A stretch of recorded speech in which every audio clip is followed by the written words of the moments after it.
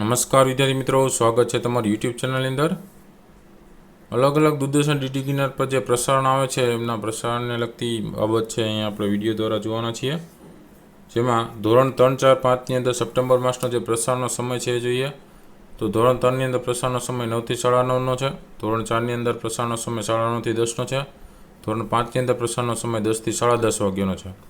અને આ રીતે પ્રસારણ થતું હોય છે એના પ્રમાણે આપણે તારીખ જોઈએ તો એમાં 27 સપ્ટેમ્બર 2020ના રોજ, બરાબર, 27/9/2020ના રોજ રવિવાર છે। એટલે ધોરણ 3, 4 ને 5ના બાળકો છે એમના માટે એન્જોયેબલ ડે છે। સાથે એ લોકોને કોઈ બાકી રહેલી પ્રવૃત્તિઓ છે એ પણ કરી શકે છે અને સાથે એકમ કસોટી છે તો એકમ કસોટીના લગતા જે પેપર્સ છે એનું પણ સોલ્યુશન કરી શકે છે। તો એ રીતે એ પોતાનો સમય છે એ પોતે ઉપયોગ કરી શકે છે, બરાબર, રવિવારના રોજ પણ એકમ કસોટી તરીકે। ચાલો હવે વાત કરીએ આપણે ધોરણ 6, 7 ને 8ની।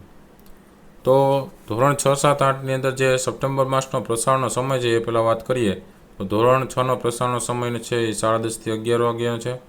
ધોરણ 7નો પ્રસારણનો સમય છે એ 11 થી 11:30 થી 12 વાગ્યાનો છે। અને ધોરણ 8નો પ્રસારણનો સમય છે એ 2:30 થી 3 વાગ્યાનો રહે છે। અને તારીખ પ્રમાણે આપણે વાત કરીએ, બરાબર, તો 27 સપ્ટેમ્બર 2020 એટલે કે 27/9/2020ને રવિવાર છે તો એમના માટે પણ એન્જોયેબલ ડે છે, બરાબર, રવિવારના રોજ 27 તારીખ।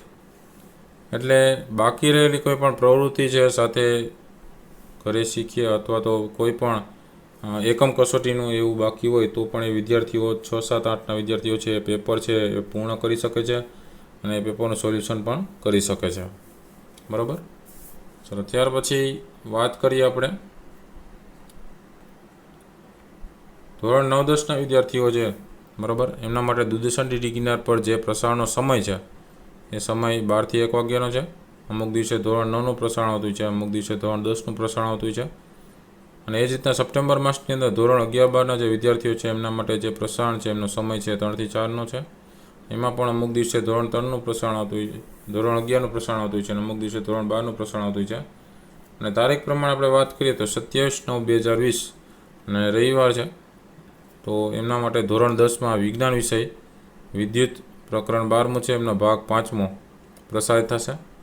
અને એ જ રીતે ધોરણ 12ની અંદર રસાયણ વિજ્ઞાન છે અને એમનો જે પાઠ છે એ છે તત્વોના અલગીકરણ માટેના સામાન્ય સિદ્ધાંતો અને પ્રક્રમો। એનો પ્રકરણ 6 છે, એનો ભાગ 4 છે।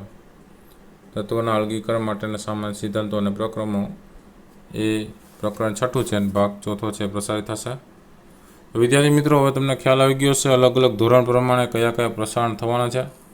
તો વિડીયો ગમે તો લાઇક કરજો, કોમેન્ટ કરજો અને શેર કરજો તમારા મિત્રોને, જેથી કરીને આ મહત્ત્વપૂર્ણ માહિતી એમને પણ ખ્યાલ આવે કયા કયા પ્રસારણ છે એ થવાના છે। તો અલગ અલગ વિડીયોઝ દ્વારા તમને આ માહિતી ચેનલ ઉપર મળતી રહે છે, માટે ચેનલને હજી વિદ્યાર્થીઓએ સબસ્ક્રાઈબ નથી કરેલી એ વિદ્યાર્થીઓ સબસ્ક્રાઈબ કરી અને બેલ આઇકન દબાવી દેજો, જેથી કરી નવા વિડીયોઝની જાણકારી તમને મળતી રહે અને નવા વિડીયોઝ દ્વારા જ્ઞાન પણ મળતું રહેશે। તો ફરી પાછા નવા વિડીયો સાથે મળીશું, ત્યાં સુધી કાળજી રાખજો। Thank you very much, take care.